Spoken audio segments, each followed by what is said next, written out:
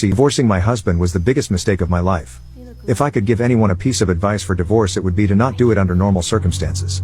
If your spouse is beating you or threatening you or your children, then of course get out and fast. In my case, there was no abuse. We were together for 8 years, that was mostly good, and we have 4 kids. Right around 5 years I got a promotion at work, and I got it in my head that my ex-husband was dragging me down, or at least holding me back from more success and a better life.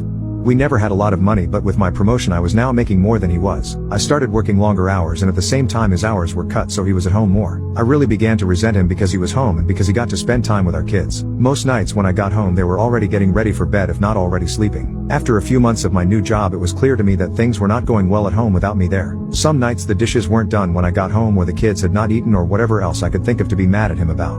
It really didn't matter. He kept saying that he would try harder, but that it was hard being home all the time. That always made me really mad. For the next couple years things kept getting worse. My hours weren't any shorter, and he was on and off full time. There was no convenient time for him to be working full time because of my hours, but we also needed the money. Whenever he would tell me that he could get extra hours, I would always complain, and the less hours he worked, the more I complained that he wasn't bringing in enough money. Whenever he brought up the contradiction, I would tell him that he needed to figure it out. I knew that it would bother him, so I started saying that a lot and for everything that I could. I really started to resent him, and I pulled away from him. I knew that it was hurting him, but I didn't care. If he didn't want to be hurt, then he would at least try to make me happy. I used that same thing to justify when I started to talk to another guy at work. I thought he was just a friend, but talking at work turned into texting at home, and then pictures and videos, and then trying to sneak some alone time with him. I knew that it was wrong, but it made me feel so alive, and my husband had not made me feel like that in years. I was tired of being unhappy, and I was doing this for me. The worst was the night that I came home at a reasonable time and found that he had cleaned the whole house, cooked the whole family dinner, and picked out a movie for all of us to watch together. This would have made me swoon a couple years earlier, but that night I couldn't even look at him, and I pretended to be sick. I spent the rest of the night in bed while he waited on me and checked on me, and even made me different food and brought it to me in bed. It made me feel terrible, and then it made me angry that he made me feel that way, and by the end of the night I was texting with the other guy. Over the next month or two from that night, it did not matter what he did. He was wrong just for breathing most days. He would get so upset with how I was treating him, and I would just wait and egg him on into losing it because I knew it would happen eventually. After most of the fights we had, he would apologize for whatever I told him he did wrong, if there even was something, but I never did. I would usually find a way to make him feel even worse. I knew that I was right because he was wrong, and that was all that mattered to me. I even pretended that I didn't care when he found out about my relationship with the guy from work. It really destroyed me inside to see him holding back tears, but I wasn't going to let him see that. He was at his weakest, and that was when I chose to tell him that I wanted a divorce. I could almost hear his heart shattering inside his chest. He talked and fought and said that we could work through it together. I really wasn't interested in fixing our marriage, but I mostly ended things with the other guy, but only because I knew I could get it back if I wanted it. I could see that he was trying, and occasionally I would let him know, but for the most part I kept being a huge bitch to him for any and all reasons that I could think of. I'm not sure how much more the man could have done to make me happy besides finding a job that paid enough for me to not have to work at all.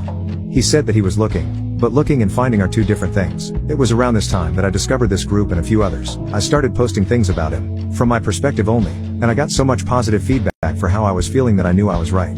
The more I posted, the more validation that I got. It wasn't just me who knew that my ex-husband wasn't worth keeping around. I had the whole internet telling me how terrible he is. I started saying awful things to him and even outright ignoring him. I was so confident with mine and everyone else's opinion that I contacted a lawyer, and within a couple weeks had filed for divorce. I continued to use this site and a couple others to validate my feelings and for encouragement to go through with it. And finally it was done.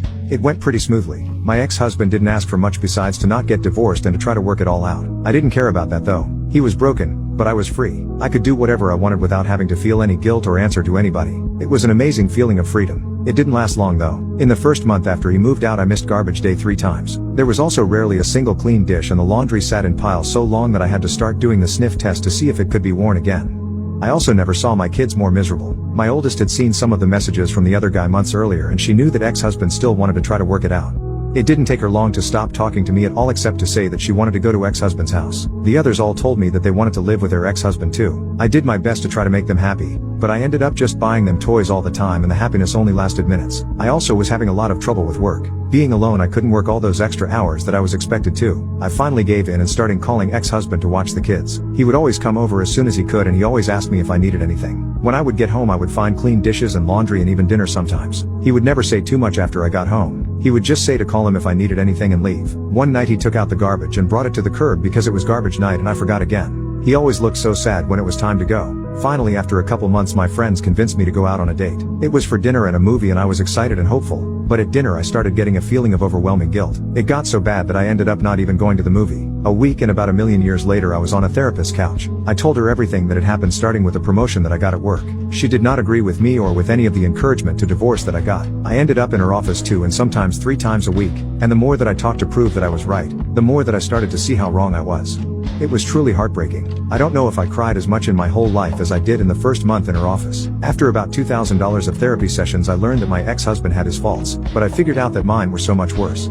I did so many awful things and said awful things that I wouldn't want to be with me, but he did. I still remember him asking me in the meeting with the lawyer to please not go through with it. I did go through with it though, and then later I bragged on here how great it felt. I was so wrong, and now I can see it. A couple weeks ago I went outside with him when he was leaving the house. I asked him about getting back together. When he looked at me, his eyes were full of tears and a couple went down his cheeks. He told me that he didn't know if he could. He said that the pain has been too much for too long, and that if we got back together that I might just turn around and do it to him again. He said that he always thought that I would realize how much he loved me and stop until I signed the divorce papers, and let out a big over-exaggerated sigh of relief. He said that hurt him more than anything else, and that he doesn't know if he can ever trust me again. I don't blame him. I destroyed a man who, looking back, was a great husband. I deprived my kids of having a great father in the house with them, and I took his kids away from him. And I, the one who pushed for the divorce expecting happiness and a life of freedom, spent all my free time sitting at home or sitting on a therapist's couch.